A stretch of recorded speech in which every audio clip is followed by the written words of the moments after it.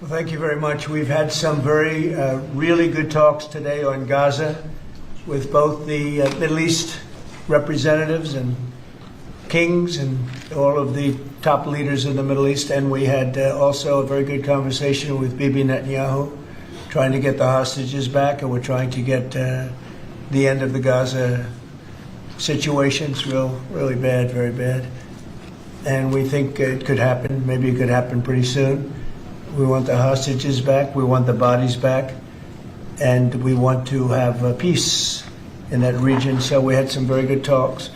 As you know, I had President Erdogan here, Turkey, and we had a great meeting today. I think we had a meeting that was very conclusive in so many different things that we wanted, things that he wanted, and that was good. We'll be announcing that sometime later, and he'll be making an announcement too. But we had a great meeting with Turkey and their very respected president, and spent time. We had lunch, and we had a lot of good discussions. So those two things, and we have some executive orders today to sign that are very important for the country. And we'll start off with one that's a proclamation. And yes, sir. Want to do that, Will? Yes, sir. So today is Gold Star Mothers and Families Day. This is an annual proclamation. This is to commemorate the fallen, those who have died for all of our freedoms and for our country, and for their families who have suffered such grievous losses. But this is a proclamation commemorating Gold Star Mothers and Gold Star families. Yeah, and they're great people, incredible people. What they've had to go through. Very few people could have gone through this kind of thing. Gold Star. Okay, thank you very much. He'll put it over here, Steve.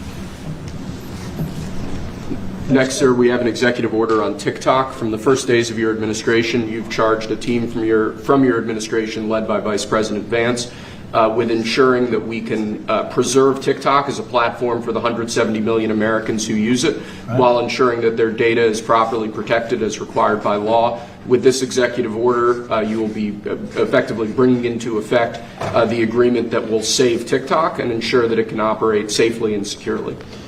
So this is interesting because I had a very good talk with President Xi, a lot of respect for him. Hopefully he has a lot of respect for me too. And we talked about TikTok and other things, but we talked about TikTok, and he gave us the go-ahead. You know, it's run by American investors and American companies, great ones, great investors, the biggest. You don't get bigger, I don't imagine. And maybe I'll have JD. JD was very much involved and in charge of it. And maybe I'll have you say a few words about the deal. He would report back, and the points of the deal, I think, are great for our country. So, JD, do you want to give it a little talk, please? Yes, sir. Yeah, so thank you, sir, for your leadership and for your help. We really couldn't have done this without the president actually ushering this deal over the finish line. There was some resistance on the Chinese side, but the fundamental thing that we wanted to accomplish is that we wanted to keep TikTok operating, but we also wanted to make sure that we protected Americans' data privacy as required by law, both because it's the right thing to do, but also because it's a legal requirement of the law that was passed last year by Congress. So we think that we were able to do that. Of course, we're going to keep on working at it, but this deal really does mean that Americans can use TikTok, but actually use it with more confidence than they had in the past, because their data is going to be secure and it's not going to be used as a propaganda weapon against our fellow citizens. We're very excited about it. We appreciate the cooperation of everybody involved, and it's a big day. And I think I can say that especially the young people, they really wanted this to happen. They did not want to have TikTok close. And I got, a little used to TikTok. I used it myself during the campaign, and it was very successful because you know how I did with the young voter. And Charlie helped me a lot too. And he said to me, you should go on TikTok. And it actually had, because we got record votes with the young voter, as you know, for the election. So I was a little bit prejudiced in that way toward TikTok. It was very good and very meaningful. But we have American investors taking it over, running it, highly sophisticated, including Larry Ellison. And Oracle, I guess, is going to play a very big role in terms of security, safety, and everything else. So we have very good controls, and literally, I would get a call from friends of mine who were fathers of young people say, could you do me a favor? Could you get it approved, please? My son is driving me crazy. So we're getting it done, and they have a big audience, and we have great American investors. And here's your final copy. TikTok. You know, maybe if you want, we could take a couple of questions on TikTok, and then we're going to get onto something completely different. Okay? Yeah. Mr. President, Jeff? Mr. Vice President, you mentioned that China was resistant. Can you describe where China is now? Are they fully on board with this? They're or on is board. there anything more? I spoke with President Xi. We had a good talk. I told him what we were doing, and he said, go ahead with it. On the algorithm, it's still being leased coming from China.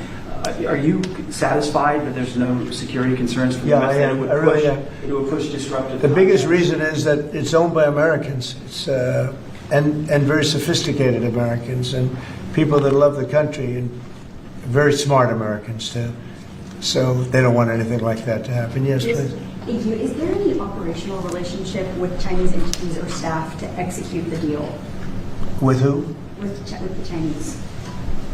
I don't think so. Not that I know. No, we're going to be. This is going to be American operated all the way, and great respect for President Xi, and I very much appreciate that he approved the deal, because to get it done properly, we really needed the support of China and the approval of China. Yes, ma'am. Mr. President, now that Americans will have operational control, do you want to see the algorithm suggest more MAGA-related content prioritized? I always like MAGA-related. If I could, I'd make it 100% MAGA-related. It's actually a good question, but I would, yeah, if I could make it 100% MAGA, I would, but it's not going to work out that way, unfortunately. No, everyone's going to be treated fairly. Every group, every philosophy, every policy will be treated very fairly. Thank you. Mr. President, do you know the valuation? Do you know the American company is going to be valued in billions? Well, they valued it very highly. They're paying a big number. Do you want to talk, Scott? Do you want to say something about value? Well, I'll let the Vice President, and then I can follow And up. you'll say something. Sure. Well, first of all, I would say all credit goes to the Secretary of the Treasury. Couldn't have got it done without Scott. Also couldn't have got it done without Sean Cooksey on my team, so thanks to them. The company will be valued around $14 billion. We actually think this is a good deal for investors, but ultimately the investors are going to make the determination about what they want to invest in and what they think is a proper value. The most important thing is that it does protect Americans' data security. It ensures TikTok is still accessible. And on this question of the algorithm, which we've heard this a lot, what this deal ensures is that the American entity and the American investors will actually control the algorithm. We don't want this used as a propaganda tool by any foreign government. We want to make sure that our people and our investors actually make these decisions based on what's good for their business as opposed to what's good for another government's propaganda arm. So that's what we've done with this deal. I think it's very good for the American people. And as the President said, young people love this. We actually want everybody to access this, whether they're MAGA or not. We just want it to be fair. We want it to be fair to everybody, and we think that's what's going to happen with this new arrangement. Well, the U.S. government... And just to follow up on the Vice President, there were two pieces to the transaction. The Vice President's office has worked since the spring for the commercial transaction between the investor groups, and then Treasury and a group including the Vice President's office were in Madrid 2 weeks ago to negotiate with the Chinese, and it was a result of President Trump's close relationship with Party Chair Xi that we were able to get this across the line. We created a framework for Party Chair Xi to agree, and then on the leaders' call, Xi and President Trump discussed the final arrangement. So it was 1-2. And that was the final piece. Will the U.S. government get any kind of annual payment as a result of this deal? Taxes. It's going to make money, and we're going to get a lot of money in taxes. And you know, China wanted to see this go. It's a great legacy for China too. And I thought President Xi was great in terms of his approval.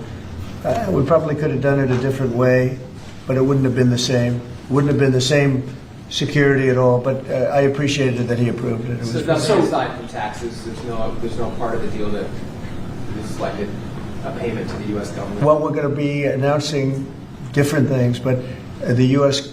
comes out great. And I think China comes out great because they're going to have a very important legacy. And they have many other deals. You know, they have deals with us, and they have deals in here in this country and they want to be treated fairly also. So, Mr. President and Mr. Vice President, the U.S. company could change the algorithm to push different content? Is that...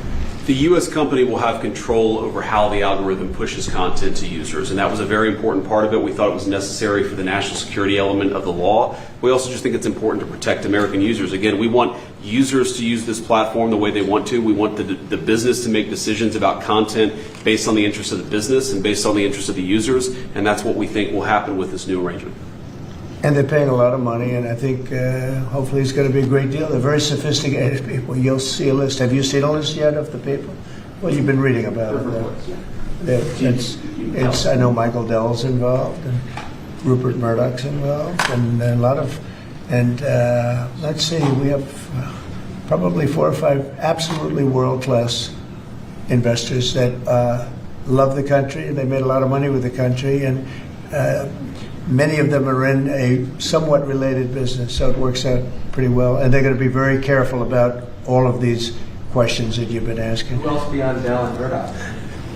Well, it's a blue chip group of investors, and we'll be announcing more about who exactly is involved in the deal in the days to come. Oracle's playing a very big part. That's right, sir. And Oracle really understands this. And I think they're actually, and they've been involved for quite a while running it for the people, the previous people. And so it's really, I think it's going to be very well protected. Very, very prestigious deal, actually. On that point, Mr. President, as the President said, Oracle has actually had a role in housing the data for a long time, even when the entity was controlled by the ByteDance organization in China.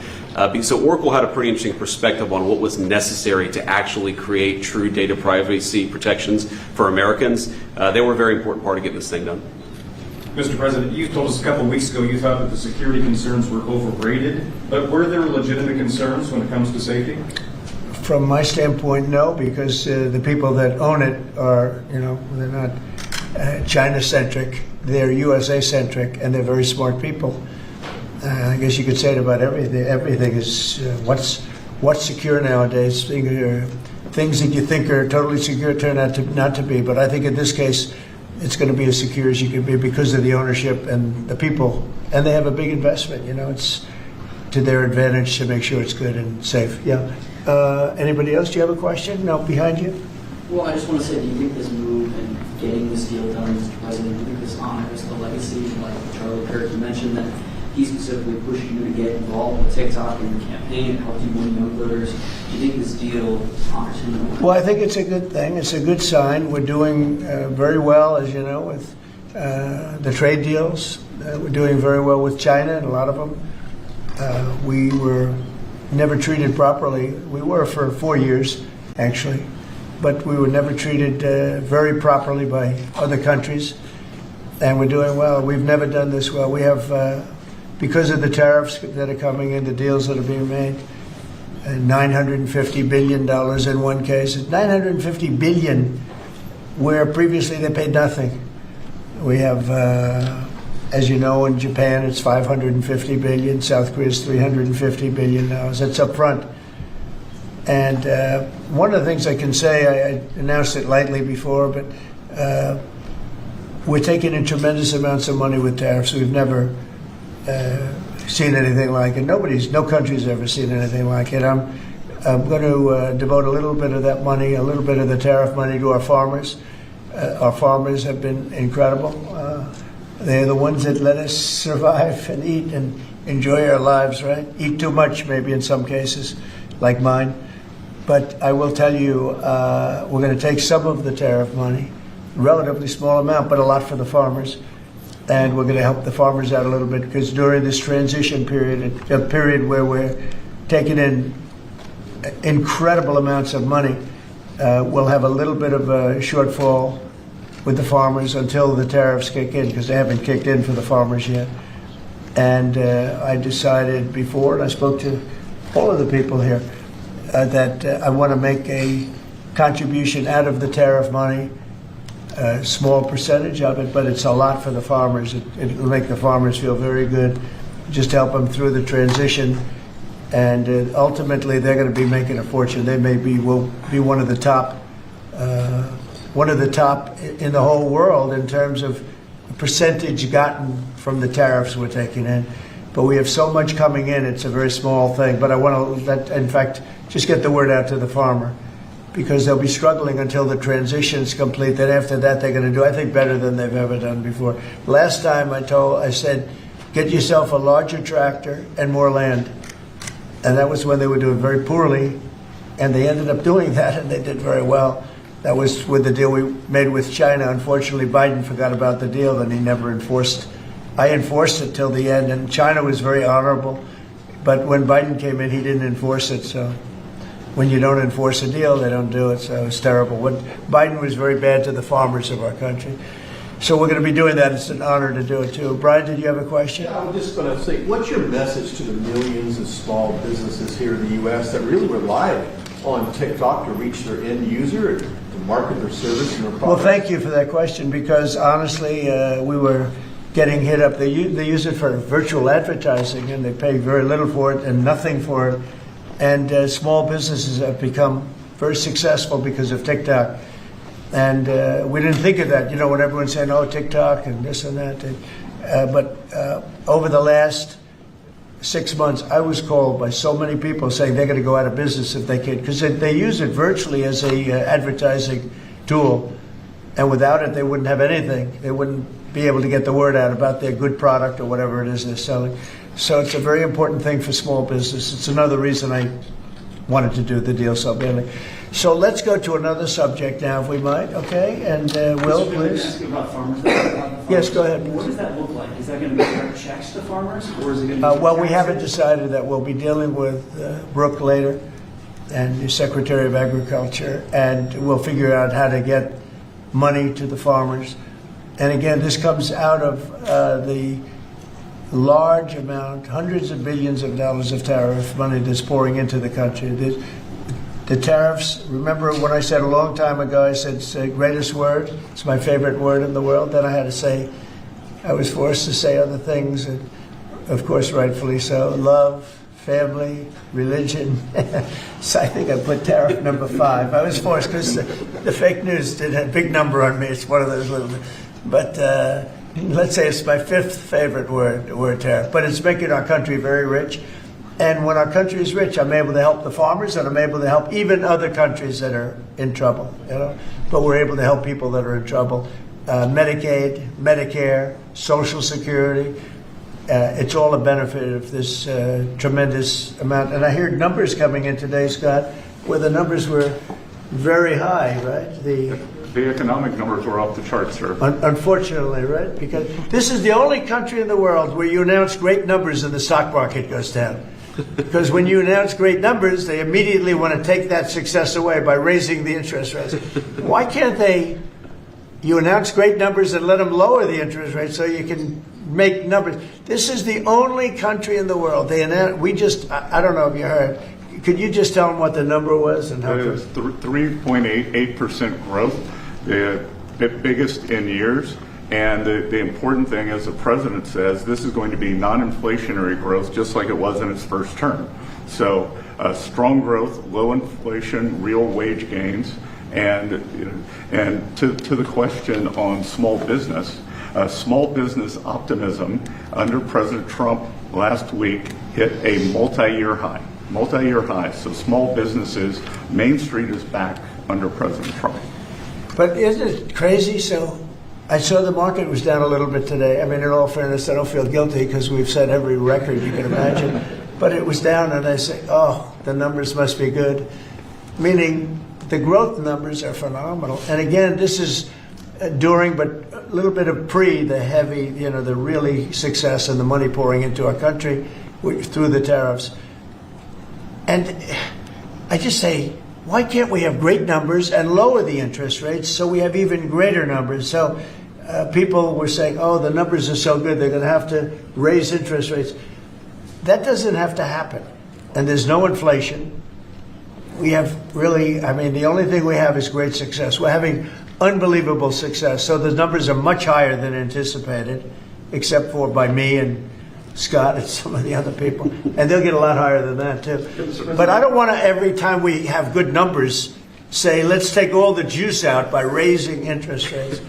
It's so backwards. It's so backwards. Well, Mr. President, they don't appreciate the importance of the third leg of your stool, because trade, taxes, and deregulation allows for significant upside growth without inflation.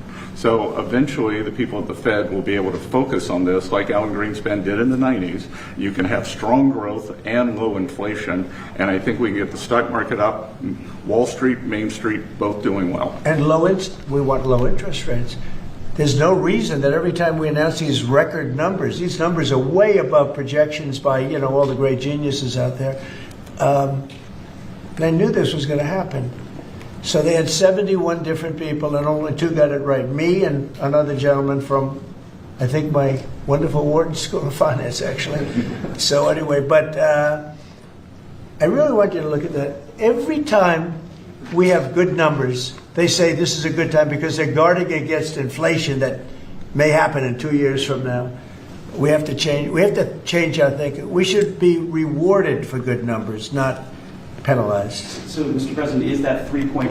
Is that the start of a 3% growth for the Well, entire year? you know, the number was projected at 2, because we're in a little bit of a transition period, but that transition period's ending faster than we thought on tariffs. The money coming in is much greater than people thought, and there's no inflation, essentially. There's no inflation. We just went through the worst inflation in the history of our country under Sleepy Joe Biden. He was sleeping, and the inflation was really bad, worst ever. They say 48 years, I'll take that too, but I think it was probably the worst inflation we ever had because of spending and energy going through the roof and everything else. By the way, energy's way down. And you're going to really be impressed when you hear what happened today with President Erdogan of Turkey. I think it's great for both countries. I think it's great.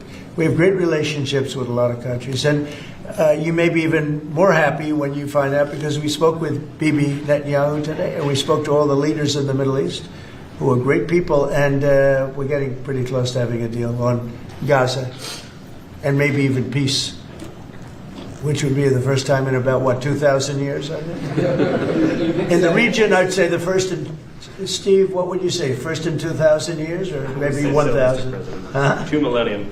It's a long time. Yeah, go ahead. Did Erdogan agree to stop buying Russian oil? Did he? I don't want to say that, but if I want him to, he will, yeah. But he didn't take that assurance? Well, I didn't say, okay, you stop, but I believe, I believe he will stop it, yeah. Did you make a deal? You know why? Because he can buy from a lot of other people. He can buy from a lot of other people. You know who really can't is Hungary. Hungary's got, they're landlocked, and they don't have a nice ocean where ships can sail in from all over the world. They have one pipeline coming. Because I spoke with, he's a great guy, he's a great friend of mine, but, that's a harder one for them. And Slovakia, too. They're sort of married to one pipeline. So I just don't want to have people go blaming them when, we spoke to them at length today, and it seems like that, for them it's a little, but that's not, Turkey has a lot of options. He's a great president, a very smart man, and he's going to take, he's going to do what's right. But we had a very good conversation having to do with the purchase of military equipment, etc. Any other questions? Did you make a deal on F-35s, Mr. President? I will be able to easily if I want. So we may do that, yeah. But not yet. Well, it depends. He's going to do something for us, yeah. Please. The U.S. can have sanctions on Turkey? Can I ask you, we're a few days away. By the way, here we go with this guy. Go ahead, let's go. Let's hear the question. We're a few days away from the end of the fiscal year and a potential shutdown. Right. There going to be a government shutdown? Could be, yeah, because the Democrats are crazed. They don't know what they're doing. They want to have the border opened up so that criminals can pour in. We're doing unbelievable borders closed, and people are coming into our country legally.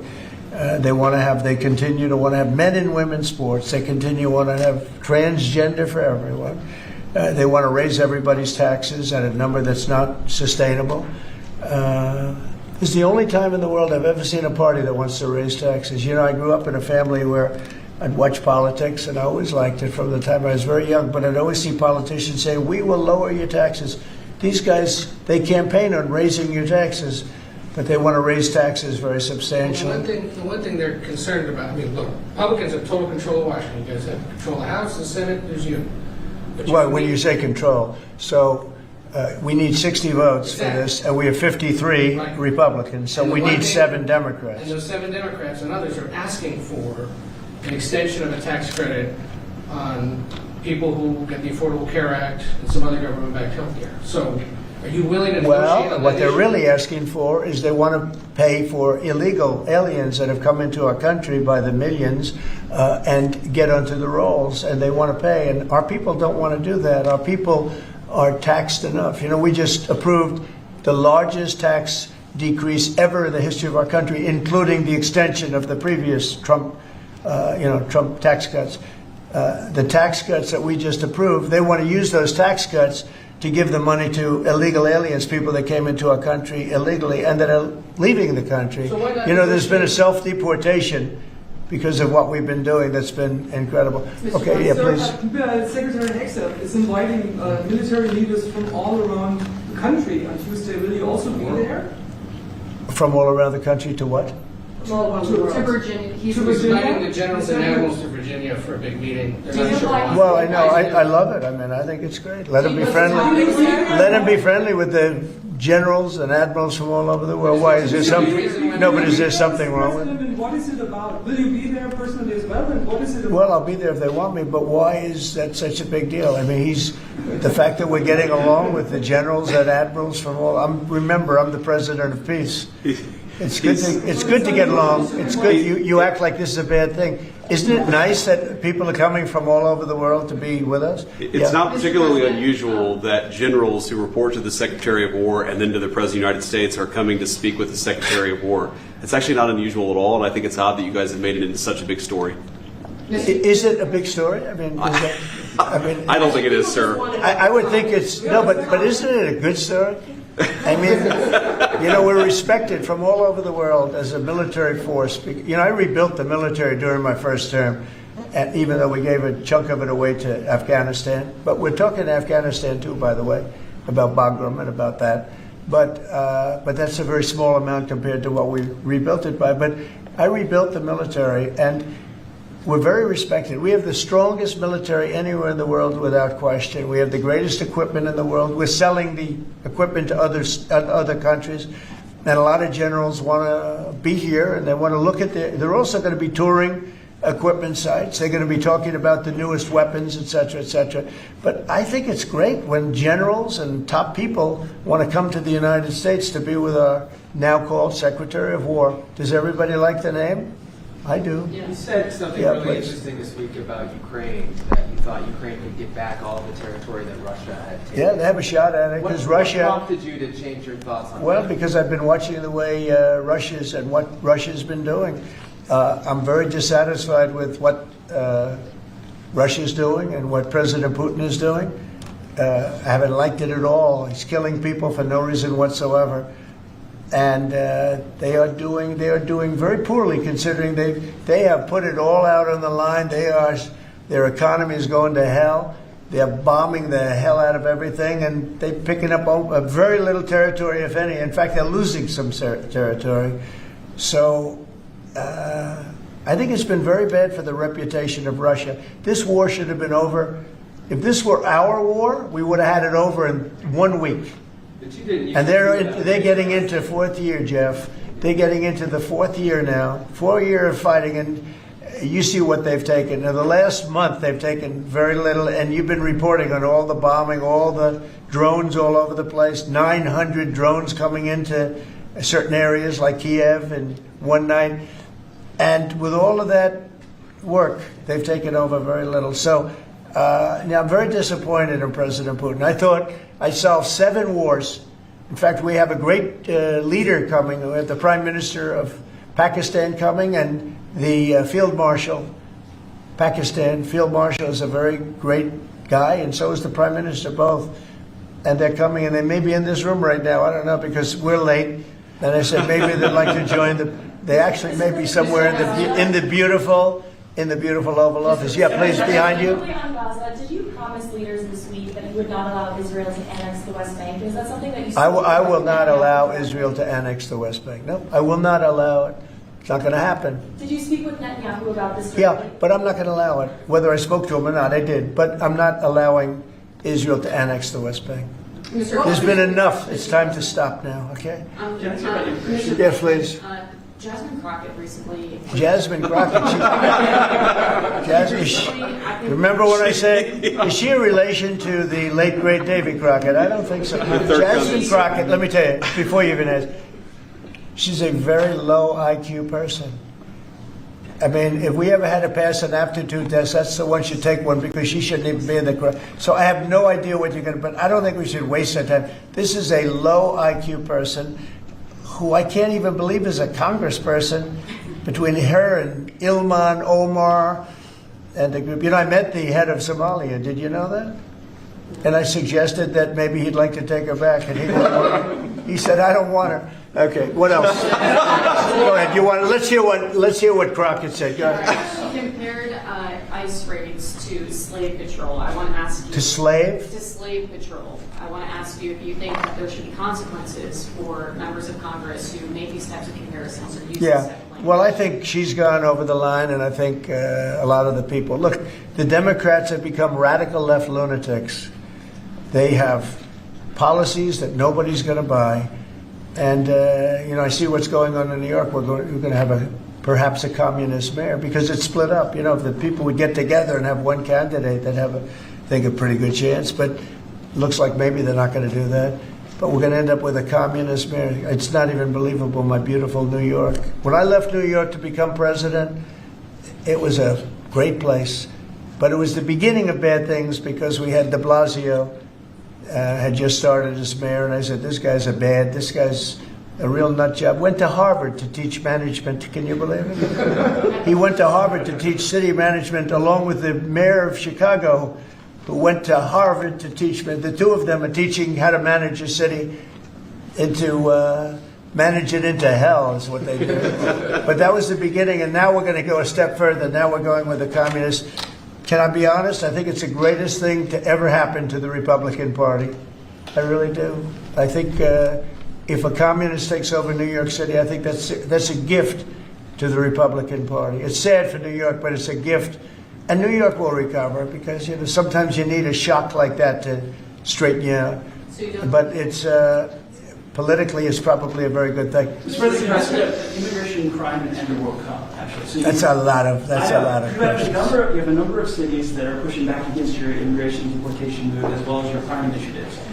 Some of those cities, I don't think they're very much pushing back. Some of those cities have World Cup games. Yeah. Seattle, San Francisco. They're going to be very secure. But could those games move if they don't cooperate with your crime push? Well, that's an interesting one, I guess, but we're going to make sure they're safe.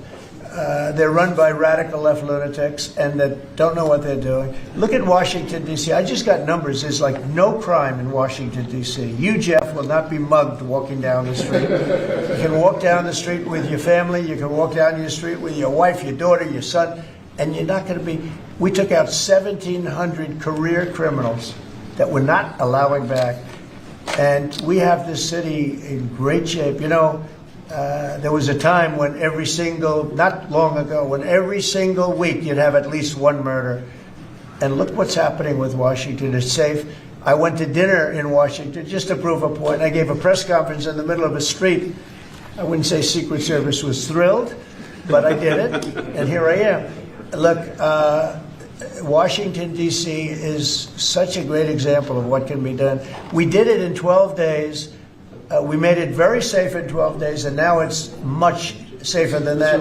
One other thing, I drove around Washington over the weekend, and I said, look at the difference. The grass looked great. Everything looked great. We had a lot of our National Guard, and we didn't ask them to do it. They did it themselves. They're proud. They're great. And they were picking up paper. They were cleaning. The place looked really beautiful. So we have a great Washington, D.C. We, as you probably know, we're going into Memphis, and we're going into some other cities, and very soon we're going to go into Chicago. It will be safe for the World Cup. If I think it isn't safe, we'll move it into a different city. Absolutely, we'll take the world. If I think it's not, it's actually a very fair question. If I think it's not safe, we're going to move it out of that city. If, like the governor of Illinois, who is, look, between last week and the week before, 11 murders, and 38 people were shot. Then he gets up and he says, this is a very safe, and then he says crime is better. The reason crime is better is because Cash put, about 5 months ago, a whole team of FBI people there to get ready for when we go in, and they've lowered it a little bit, like 20-25%, which isn't good enough, but it's a good start. But that was only put there because they're preparing for us to go in. And they've done, by the way, they've done a good job. So then Pritzker gets up, we've lowered crime 25. It's because the FBI was there. So, no, if any city we think is going to be even a little bit dangerous for the World Cup or for the Olympics, where they have Olympic overthrow, right? But for the World Cup in particular, because they're playing in so many cities, we won't allow it to go to, we'll move it around a little bit. But I hope that's not going to happen, yeah. Mr. President, Director Patel this morning indicated that the shooter in Dallas had been using an app to track ICE. Does your administration have any plans to take down those apps or get them removed? Well, I can't tell you about that, but it tells you when they want to wear masks or they want to hide a little bit, why that's so important. But these are great patriots, the ICE, and what a tough job they have. What an unbelievably tough job they have. And think of it, what are they doing? They're taking hardcore criminals out of our country and putting them back. These were largely criminals that were given to us by Joe Biden and his group of radical maniacs that surrounded this desk, just like these people surround the desk now, but they're not maniacs, they're pretty solid people. Thank you, sir. I'm glad I prefaced. But they're great. We have a great cabinet. We have great people. And he didn't have great people. He had terrible people. Look at Afghanistan. Look at the people he had running our military. That could happen. The most embarrassing day in the history of our country was Afghanistan. And 13 young people died. They don't ever talk about the 38 that were horribly wounded with legs and arms and everything else, really horribly wounded. So the country's respected like it's probably almost never been respected before. I think we're respected at a level, and a year ago it was a dead country. We had a dead country a year ago. This country was dying. It was really in bad shape. Let's talk about the next subject, can we? One of the most powerful deterrents we have to violent crime is the death penalty.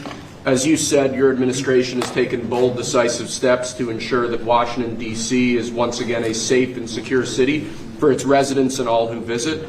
This is a presidential memorandum that directs your Attorney General and your U.S. Attorney for the District of Columbia, Judge Jeanine Pirro, to fully implement the death penalty here in Washington, D.C., where the evidence and facts of a case indicate that the death penalty should be used. Okay.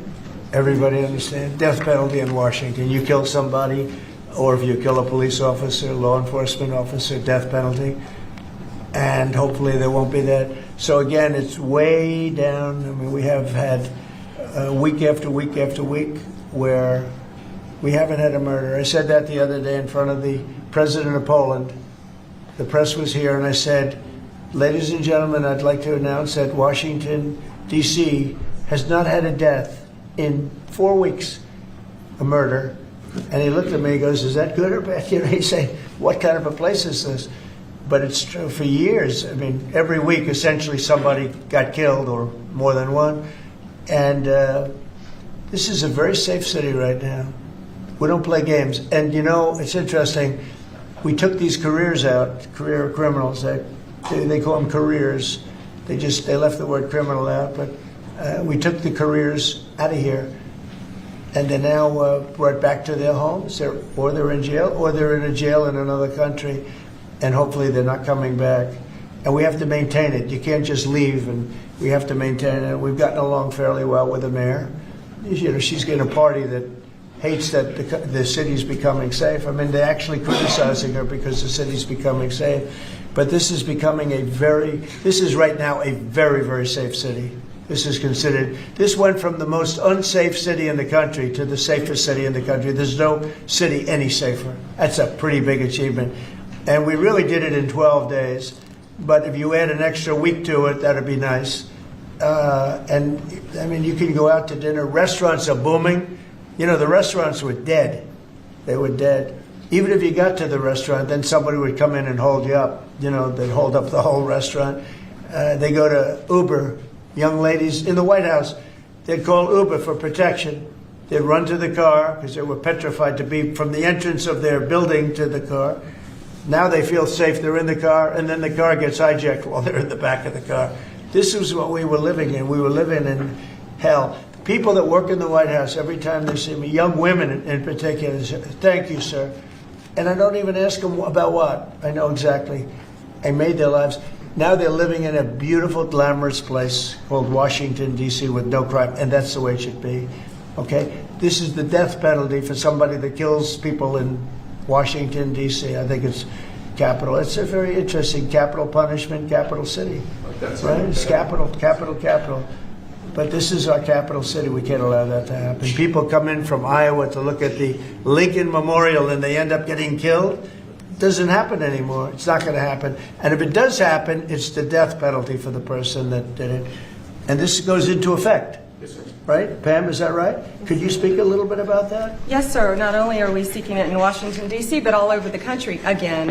And as you saw very recently, we are now moving the inmates who were on death row, who Joe Biden or the auto pen commuted their sentences off of death row. We're moving them to supermax facilities where they will be treated like they're on death row for the rest of their lives, President Trump. Okay, that's a big statement. Thank you very much. Okay. I see some of you shaking your heads very positively. Thank you, Brian. Thank you, fellas. You said on the campaign trail that I said it. Yeah. The death penalty if anybody, illegal, killed a U.S. citizen or a police officer. So this just reinforces your campaign promise. That's right. And most people really like it. And Washington, again, it's going to serve as a beacon because you have to do it. These are bad people. When you look at that guy, the guy that killed the young lady in the train in North Carolina, that he'll be in trial for years. He'll get a good lawyer somewhere along the line. Somebody will come along, and what he did to that young lady, and she went into that train scared. You know, when she went in, the way she sat down, she was scared to just be there. She just wanted to not pay any attention to anybody, just not be noticed. And she had her throat slit. We don't want that in this country anymore. We're not going to have it in this country anymore. Thank you very much. Next. Lastly, sir, this is a presidential memorandum on countering domestic terrorism and organized political violence. In recent weeks, months, and years, we've seen a tremendous upsurge in some highly visible but also other acts of domestic terrorism and organized political violence being perpetrated by radical, politically motivated groups all over the country. What this presidential memorandum will do is set off an administration-wide response to that, ranging from the Joint Terrorism Task Forces to other components of the Department of Justice to the Department of Homeland Security and the Department of Treasury. We're looking at interdicting these groups, preventing them from performing acts of violence, and also looking at sources of organization and funding and support that prop them up and allow them to do the acts that they have been doing. We're looking at the funders of a lot of these groups, and when you see the signs, and they're all beautiful signs made professionally. These aren't your protesters that make the sign in their basement late in the evening because they really believe it. These are anarchists and agitators, professional anarchists and agitators, and they get hired by wealthy people, some of whom I know, I guess, probably know them. And you wouldn't know it. You're at dinner with them, everything's nice, and then you find out that they funded millions of dollars to these lunatics. Steve, could you say a couple of words? Yes, Mr. President. This is a very historic and significant day. This is the first time in American history that there is an all-of-government effort to dismantle left-wing terrorism, to dismantle Antifa, to dismantle the organizations that have been carrying out these acts of political violence and terrorism. What we have seen, if you look at whether it be going back to the riots that started with Black Lives Matter and all the way through to the Antifa riots, the attacks on ICE officers, the doxing campaigns, and now the political assassinations, these are not lone, isolated events. This is part of an organized campaign of radical left terrorism. It is structured, it is sophisticated, it is well-funded, it is well-planned. There is really no parallel like this to anything else in the country right now. There is an entire system of feeder organizations that provide money, resources, weapons, and when they're attacking ICE officers, they're attacking federal buildings, or they're isolating public officials for harassment, doxing, intimidation, and ultimately attempted assassination. It is all carefully planned, executed, and thought through. It is terrorism on our soil. Because of this executive order, Cash and Pam are going to have the tools they need, working with Scott, to take these organizations apart piece by piece. And the central hub of that effort is going to be the Joint Terrorism Task Force, or JTTF, which sits inside the Federal Bureau of Investigation. But for those at home who are worried about terrorism in this country, they need to understand, because of President Trump's strength, because of his vision, because of his leadership, we are now going to use the entire force of the federal government to uproot these organizations root and branch. And again, that's only possible because of President Trump and his leadership. Thank you. Steve Cash, please. Yes, as Steve was saying, Mr. President, thanks to your leadership, crime is going downward in a tremendous fashion, and that's what we want for every city in America. And the FBI's premier flagship enterprise, the Joint Terrorism Task Force, are honored to lead this initiative with our partners at Treasury and Homeland Security, because our citizens are being attacked by, as Stephen said, organized violence, and it's being paid for, not by them, by other people. So what we are going to do, combining forces as Scott and I have done in these last few months, is follow the money.